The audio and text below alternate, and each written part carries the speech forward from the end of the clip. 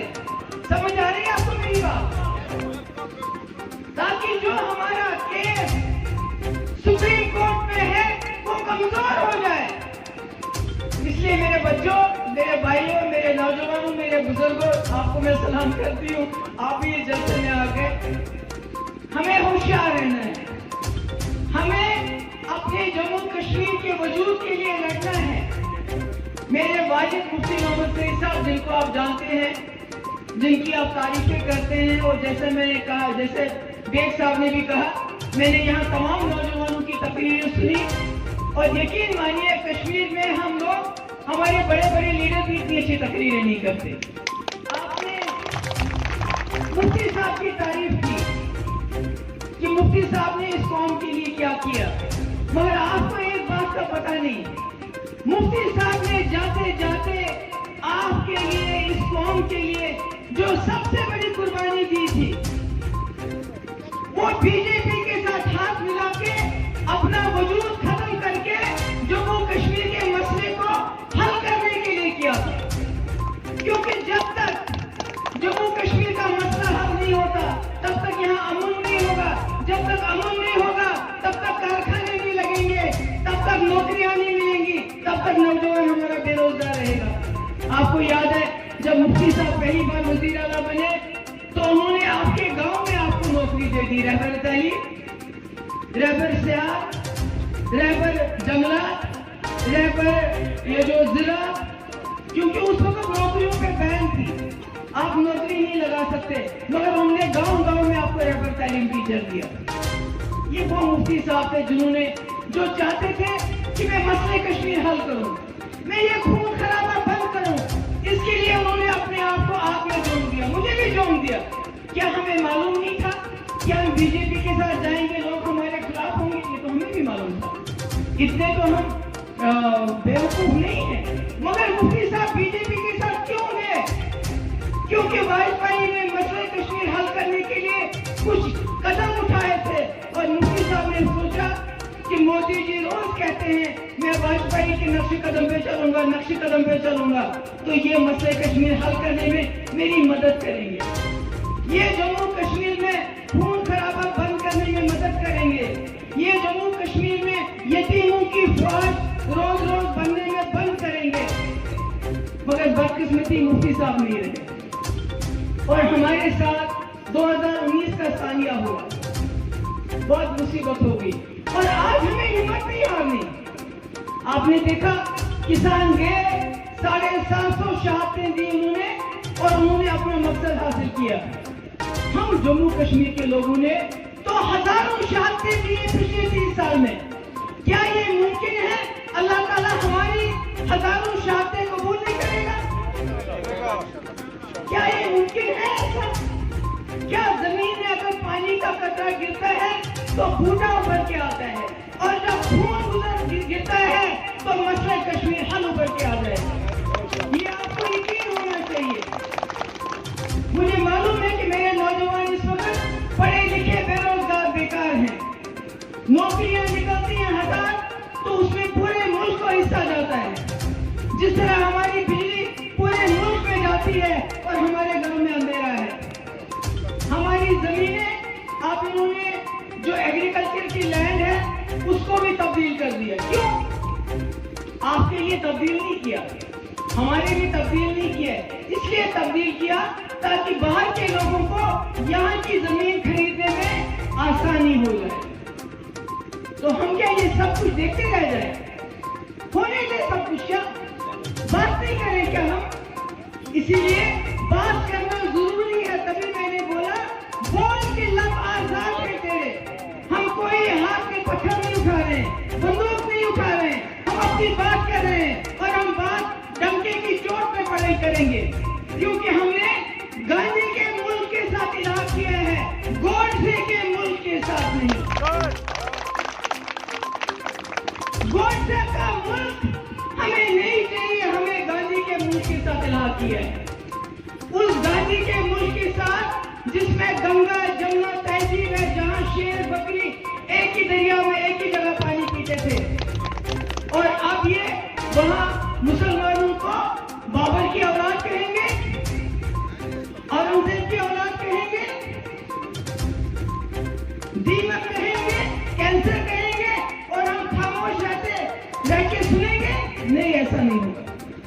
ہم ان کو گاندھی کے ملک کو گوڈسے کا ملک بنانے نہیں دیں گے، نہیں دیں گے، نہیں دیں گے۔ اس لیے میرے جوانوں، میری آواز اکیلی کیا کرے گی؟ میں کیا ہوں؟ کچھ بھی نہیں ہوں۔ جب تک میری آواز کے ساتھ آپ آواز نہیں ملاؤ گے، میرے قدم کے ساتھ آپ قدم نہیں ملاؤ گے، میں نہیں بولوں گی آپ کو گولی کھانا، گولی کے لیے میں آگے چلوں گی، آپ میرے پیچھے پیچھے چلو۔ کیونکہ اگر ہم آج خاموش رہے، ہمارا وجود مٹا دیں گے یہ۔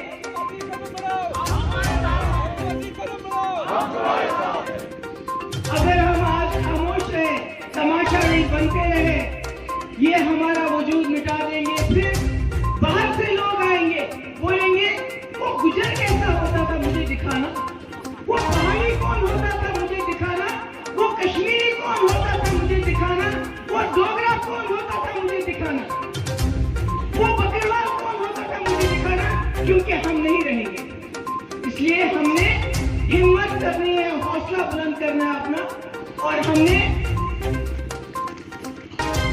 ایک ہی رسی کو پکڑنا ہے۔ آج مجھے خوشی ہے یہاں ہمارے نوجوان جاوید رشی صاحب انہوں نے جوائن کیا ہمیں، اس کے لیے میں ان کو مبارکباد دینا چاہتی ہوں۔ آ جائیے جاوید صاحب تھوڑا سامنے آئیے۔ اور شاہد سلما جی جنہوں نے الیکشن لڑا، انہوں نے بھی ہمیں جوائن کیا۔ یہ چھوٹا بھائی میرا آ گیا، ہمارے ساتھ آ گئے۔ یہ انہوں نے کہا ہم آپ کی لڑائی میں آپ کا ساتھ دینے کے لیے آ گئے۔ مجھے ایسے ہی جوانوں کی، ایسے ہی بچوں کی ضرورت ہے جو جموں کشمیر کا کھویا ہوا وقار واپس لانے میں میرا ساتھ دیں گے، جدوجہد کریں گے، آگے چلیں گے، میں آگے، میرے پیچھے پیچھے۔ میں آپ سب نوجوانوں کی جنہوں نے محنت کی اس فنکشن کو کامیاب کرنے کے لیے، پیرنٹ باڈی کی، یہ جو پیرنٹ باڈی ہمارے ڈسٹرکٹ پریزیڈنٹ باقی جنہوں نے بہت محنت کی، بہت اچھا، انہوں نے آج جوائن کیا، اور میں ان کی بھی بہت شکر گزار